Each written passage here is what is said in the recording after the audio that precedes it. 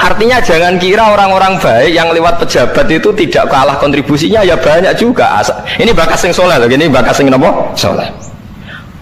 Kula nu di kanca niki kisah nyata, sugih banget, sangat-sangat sugih. Anake kiai. Nggih, tapi ra iso ngaji, tapi rontok tahu krungu ngaji, sugih gara-gara pedagang. Nggih barokah uripe, sugih tenan.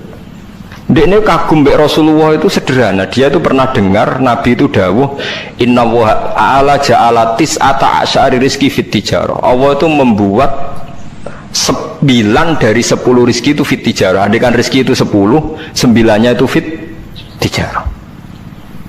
Jadi betapa barokahnya tijarah. Ini alasannya sederhana. Ini macam pedotan anak kiai tadi ya rada krungu-krungu sithik cek eling lah memori di Mbah Alim cek eling. Tapi saiki wis kedonyan. Ya masuk akal.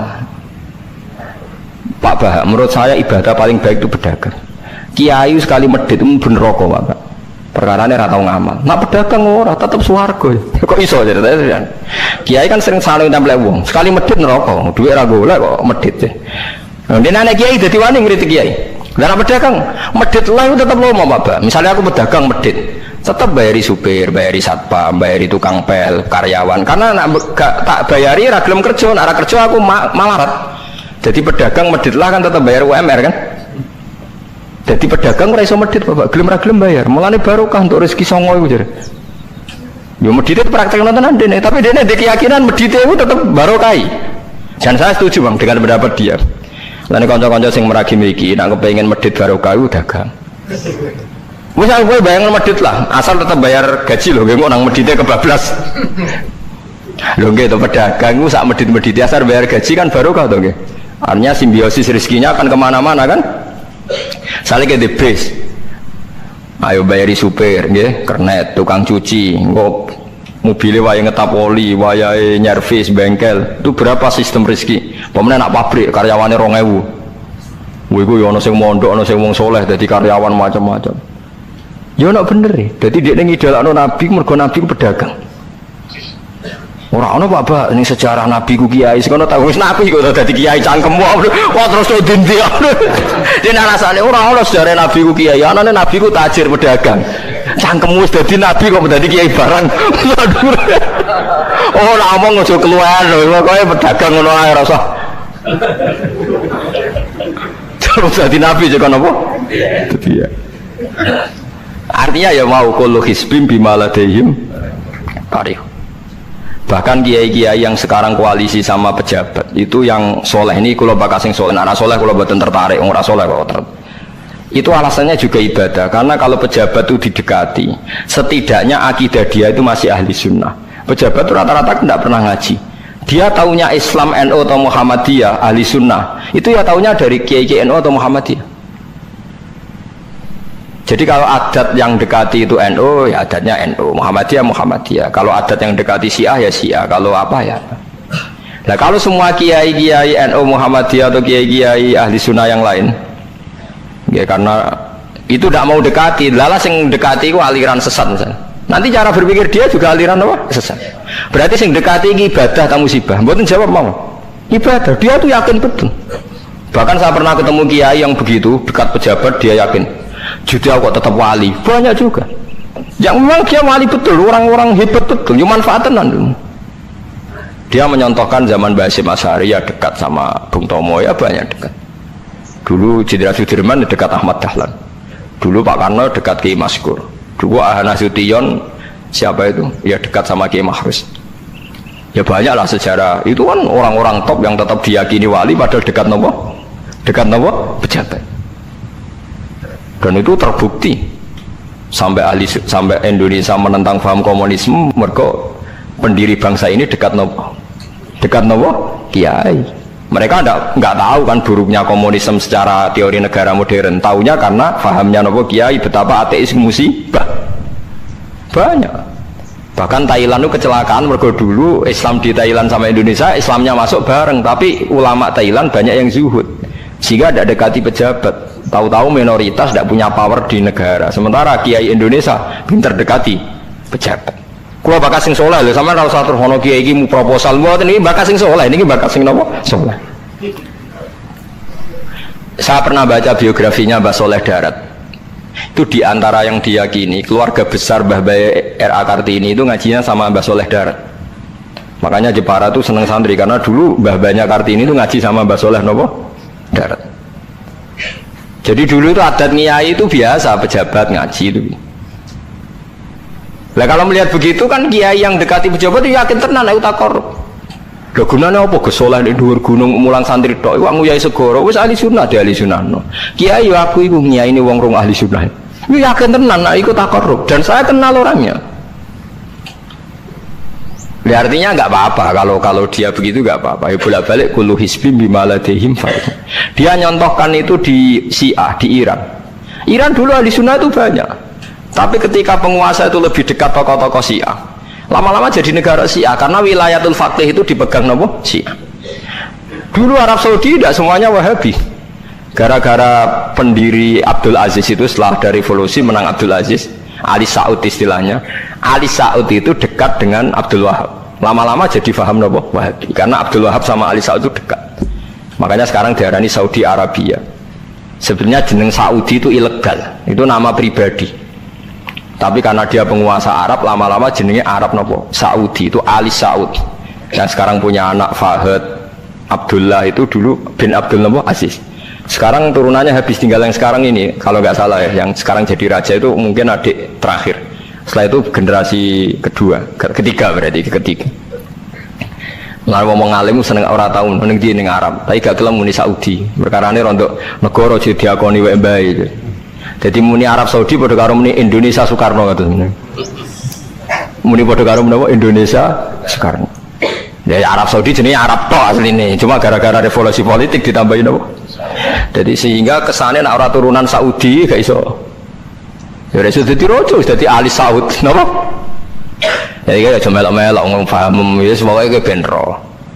Artinya apa? Dari sekian contoh itu betapa pentingnya ulama ahli sunnah dekat pejabat dan bisa mensunnikan. Nyatanya tenan ya. Kados pilpres kemarin, bosuni mbora iku wae calon presiden selawatan tenan. Mergo dene ngerti trene saiki napa? Mbok latihane gapan ya ora ero, tapi kan terus masal. Lebatin ini memang teori itu sama-sama mungkin benar. Begitu juga teori tuku tanah niki kula contohkan. Sampeyan saiki tak bedheki. Ana tanah pinggir Ratan, pinggir Malioboro misalnya. Pinggir Malioboro. Mustafa Beruhen niku ahli dakwah terus ngandani niki ampun nggih maksiat itu dosa. Jenengan cangkruk teng mriki katokan cekak wong wedok maksiat dosa. Nek ra diencepi. Kamu siapa kok berani? Lu siapa kok wani ngloroi aku? Jajal misalnya Mustafa Sugih di desa miliar mbok sak triliun. Tanah ning kono niku dituku kabeh. Bareng ngono ana wong katokan cekak maksiat ning kono. Kowe aja ning kene, Nduk. Kamu siapa? Sing duwe. Bareng. Gampang ndi nganggo dakwah kiai ambek tuku. Jawab mawon sing. Lah ini dakwah bil hikmah ambek bil mal cepet di. Bil mal kan. Dan itu ya ndak menyalahi Quran wajah itu bi amwaliku. Mulane kula termasuk ngrasa dosa perkara ora sugih nganti ngoten niku, paham. Tapi nek aku sugih nganti ngono ora sida kalih ngoten iki. Mulane kula niku ya apik separo ngoten mawon. Lah sing sugih ora ngapik mergo ora karep tuku. Mulane niki sing santri kula sing sugih-sugih nak kuat iku tuku tanah sing potensi dienggo maksiat. Nahi mungkar paling cepet niku niku. Mergo anggere takoki lu siapa? Sing duwe iku leren wis.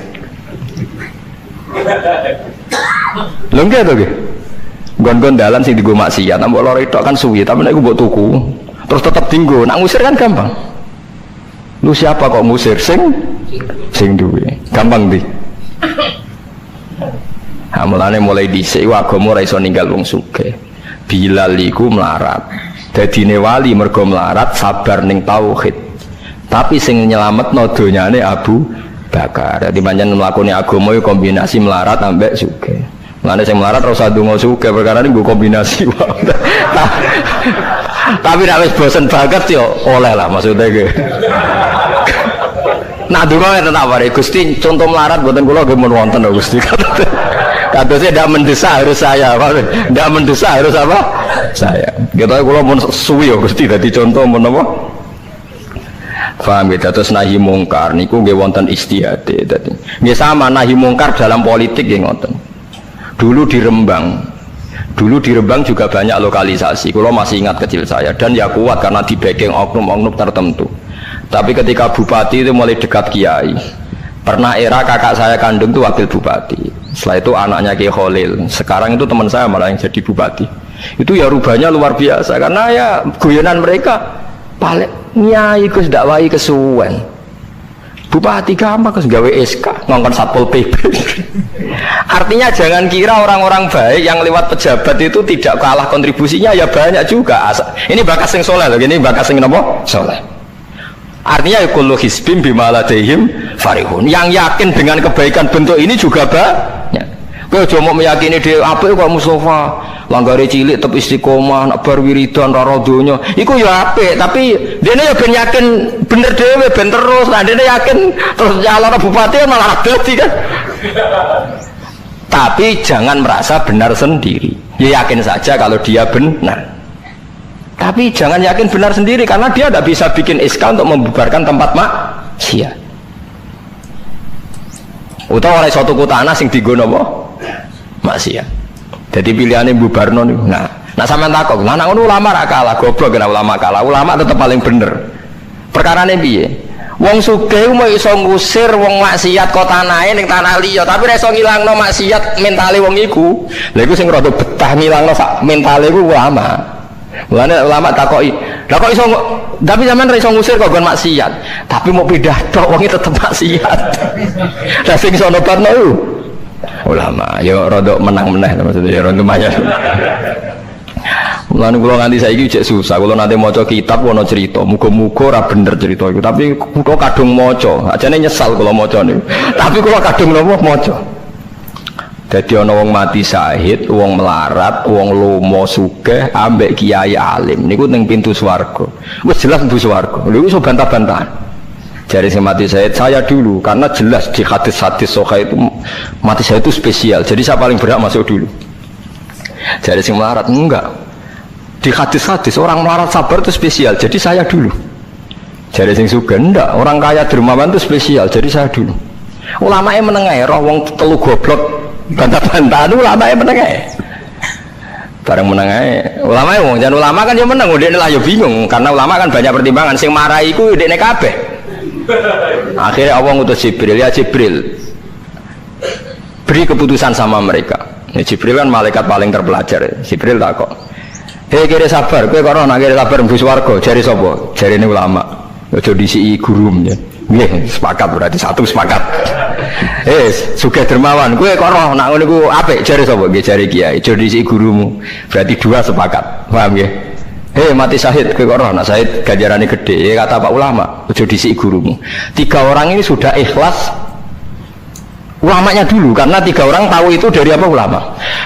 Ya berarti sepakat kan ulamanya dulu ya Jibril kita sepakat. Ulamanya sira gelem. Masalah sing mondokno kula niku gitu-gitu kan. Sampai sing melarat itu gerutu, sing sugih menangan mulai dino kan itu akhirat. Karena sing ulama iku ora wani disiki sing biayai iku ora wani. Kenapa kok mandek niku Jibril sing biayai kula niku. Akhirnya balik si menang kan sama seperti hukum dunia kan wong sugih menangan. Wah kalau cerita itu muka-muka ora tenan. Tapi kalau kadung maca ora digetun lho maca cerita itu. Karena akhirnya ulamanya kalah kan pas padahal tiga orang ini sudah sepakat. Cara kalau ulama pokoknya mlebu ora syarat terang. Artinya terus mlebu ora usah nerangno. Wong sing biayai yo mesti swarga ya to nggih. Mau urutan-urutan ngono ora terus mlebu neraka kan ya mboten. Mau urutan mawon kok gegere. Tapi lewat ngaji ini Anda menjadi tahu. Jadi yang biasa toreko, biasa wiridan, jangan menafikan orang-orang soleh yang mungkin meyakini ada efektivitas pakai kekuatan politik dan harta. Paham ya? Nyatanya ya iya. Misalnya tanah-tanah sing potensi nggo maksiat sampean tuku ya nggak mungkin nggo maksiat. Kulo cek eling. Kulo nu gak ada guru kulo nu kok kathah. Di antara ini saya punya guru punya tanah luas di perbatasan, luas sekali. Itu zaman itu mau dibeli Cina itu 2 miliar. Yang zaman itu harga rata-rata sekitar 700 juta. Mau dibeli 2 miliar. Itu beliau tidak boleh bilang sama saya, nak nganti dituku Cino perbatasan, nak digolonte dosaku rak nganti mati. Wes melarat lah bakal takdol. Jadi banyak juga orang yang meyakini adol tanah ning wong sing potensi digo maksiat itu dosa gede. Nah suatu saat ini kejadian lagi dan beda lagi. Ini ya guru saya tapi beda lagi. Ada orang punya tanah yang potensinya itu hanya 100 juta karena yang beli Cino dijual 200 juta. Satu keluarga haji semua. Dipakai haji. Itu semua keluarga kiai ini tidak ada yang datang. Kowe iku atuk ora kaji, timbang kaji tanam mbok dol Cina sing potensi digo maksiat. Tangisan deh. Dibatal ora bisa. Artinya banyak juga orang yang punya strategi sampai begitu, nganggep begitu itu jihad, menguasai tanah itu apa? Jihad. Karena dengan kita kuasai untuk sujud ya kita, yang taat ya kita, mengendalikan untuk apa juga kita. Oke, dengan kita punya kan mengendalikannya ya kita, untuk apa ya kita. Dengan tidak punya ya tidak kita kan. Nah, nanti cerita kan terus wong melarat kados kula rugen kan musibah tenan. Wong kula yo ora tau duwe akeh. Tapi masalah kula rapati nyesal. Misale kula niku kan terus lewat jalur ulama. Sing nyesal kan rugen. Jalur apa terus? Wiridan kan, wiridan ra kuat suwe kodho kula. Kula dijajahi toriko ora tau tak lakoni Gus. Kula nak wiridan mboten napa betah. Terus jalur apa? Kira sabar mau kan. Lah iku kudu ikhlas kalah meneh ning swarga, paham ya? Mergo kok kiyaine ya dhisena sapa? Wong sugih. Tapi cerita iku ya aku ya ora percaya, tapi masuk akal. Kula niku ya wah. Sampeyan percaya gak? Ibu ora roh mawon niku terus kula ibu ora roh. Jadi niki ngaji penting nggih ben mboten falatusyaku anfusakum. Wong ora usah sok suci. Kebenaran toreko itu ya benar, orang fikih ya benar, orang wiridan yang benar. Tapi sebetulnya mungkin pejabat yang kita kira dekat dengan syubhat itu juga banyak amalnya kan, karena mereka bisa bikin SK berapa ratus tahun doli gara-gara SK-nya wali kota iso dibubar. Sama tak ceritani, anaknya Yusuf Qaradawi yang terkenal ngarang fiqh zakat itu akrab sama Sutioso. Saya dulu itu ikut proses menerjemah fiqh zakat. Memang saya ada orang politik juga nggak orang kaya, tapi saya ikut proses. Hanya saya di antara tim yang ikut menerjemah. Itu gara-gara dekat kiai itu Sutioso memutuskan Kramat Tungkak. Itu dulu kan tempat prostitusi terbesar juga. Sekarang dirubah jadi Islamic apa? Center. Itu baru kayak kiai tak pejabat. Pejabat karena pejabat yang punya SK. Tapi fungsi ini kiai bu hilang no. Pejabat roh pentingnya ngono itu dikandani kiai. Lah sirang mlebu kan rugen tok kan berarti jalurnya karena mulane kene kudu tuduh be aku. Ini kan masalahnya kok ning akhirat ya tetep kalah ya harus saiki persiapan paham ya. Ya persiapan bu swarga wae tapi ora usah nomor apa? Ora nomor Arab. Jadi kurang contohnya Kramat Tungkak itu yang bisa memusnahkan itu ya dulu ketika Sutioso gubernur dan dia dekat sama anaknya Yusuf Qaradawi terus punya fiqh zakat. Lama-lama fiqh zakat jadi tren. Sampai di Jakarta ada Basnas, ada rumah zakat. Sekarang di Jogja ada Lazis, ada macam-macam. Barokah trennya fiqh. Dulu zakat itu enggak jadi kebutuhan, tapi setelah jadi tren saya ingin orang zakat itu izin. Banyak pegawai-pegawai itu yang enggak sholat tapi zakat. Jadi takoi kenapa? Tren Pak Ba izin jadi. Kesannya kok antisosial. Jadi kesannya anti apa? Mulane kula kadang nggih. Makanya bapak dulu. Bapak itu anak pertama itu disekolahkan, ya sempat jadi pejabat. Yaitu sirinya kenapa Mbah Hasyim Asari Salim itu Gus Wahid kan belajar bahasa Belanda sampai Inggris. Awal-awal zaman Gus Wahid jadi menteri agama. Andai kan Gus Wahid tidak menteri agama, mungkin cara berislam Indonesia tidak sunni. Karena Gus Wahid pertama jadi menteri terus jadi ahli sunnah. Lama-lama sekarang jadi tren menteri agama Indonesia harus ahli sunnah. Nah gak ya ora pantes mung disi-disi ya wis napa? Ahli sunnah.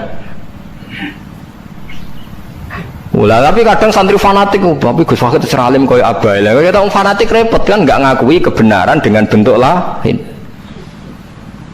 Khawarij itu jenenge apa? Khawarij. Jadi saniki ngaji kita kudu sadar kullu hisbim bima ladaihim farihun. Dan niku dicap elek nak wong ngrasa bener dhewe. Sing apik fala tuzakku anfusakum huwa a'lamu bimanit taqwa. Kalau aku cek eling diceritani ada kiai alim, ini kisah nyata, alim banget. Kalau mawon ngakoni nadene wong alim, dia alim banget.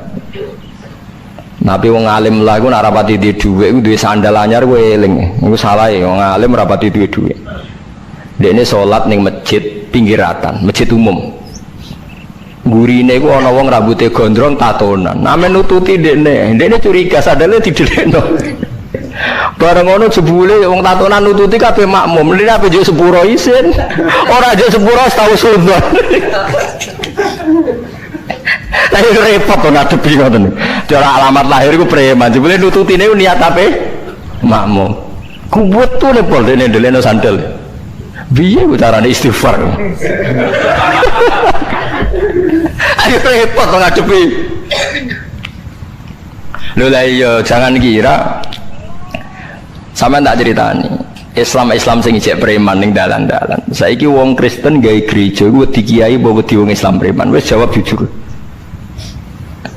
Wedi Islam preman, kok nak kiai ra ngarah piye-piye, cara mangkel lo iku prosedur. Tapi ngadepi Islam preman. Diopong. Nah ya mesti kadang itu ada fungsi yang kita pun tidak bisa menggantikan fungsi mereka. Meskipun kita tidak pernah membolehkan anarkisme, tapi selalu ada kebaikan yang kita orang baik pun kadang tidak bisa. Kiai sing penggaweane itikaf ning masjid, apik kita sepakat apik. Saiki ana wong kesasar ning dalan, sing nulungi wong dalanan ta kiai sing itikaf. Lah saiki ana kecelakaan ning dalan, tabrakan sing nulungi wong itikaf ta wong sing cangkruk ning dalan. Berarti ada kebenaran yang kita pun orang baik kadang nggak bisa melakukan. Dan tapi orang sabuk walik model wong LSM, berarti ampo yang di jalanan fungsinya lebih banyak timbang yang di masjid. Wah, yo kasus terus buat simbol model LSM yo. Ya tapi nak buat simbol yang terbaik tetap yang di masjid yo keliru juga kan, kowe mungkiri fakta kan. Yang bener ya ulama tetap falatu zaku anfusakum, ora usah sok napa suci biasa wis. Semua yang lakoni apik kados kula semulang-mulang ben ngenteni mati wis sesuk mati dhewe. Ora wae mati apa? Mati dhewe. Mun kula terusno gitu terus eling-eling menapa. Kula hisbim bima ladehim napa farihun. Bal qulubuhum bale utawi atine kufar ayil kufaru tegese atine wong kafir fi humratin ing dalam kebodohan jalat tegese kebodohan min hadza saking ikilah Quran wong kafir ku blas gak gelem pahami Quran walahum lan tetep kedue kafir amal rute ana kelakuan min duni dalika kang ora kelakuan sing kaya dilakoni wong mukmin. Dadi wong kafir wis ora paham Quran duwe kelakuan sing elek sing ora padha mek sing dilakoni wong mukmin. Ilmat kuri kang disebut mukminin akeh pira-pira mukmin. Hum kang te kufar lah maring amal wa amiluna iku nglakoni kabeh. Fa yu'adzabuna mongko den siksa sapa kufar alih ing atase amal wa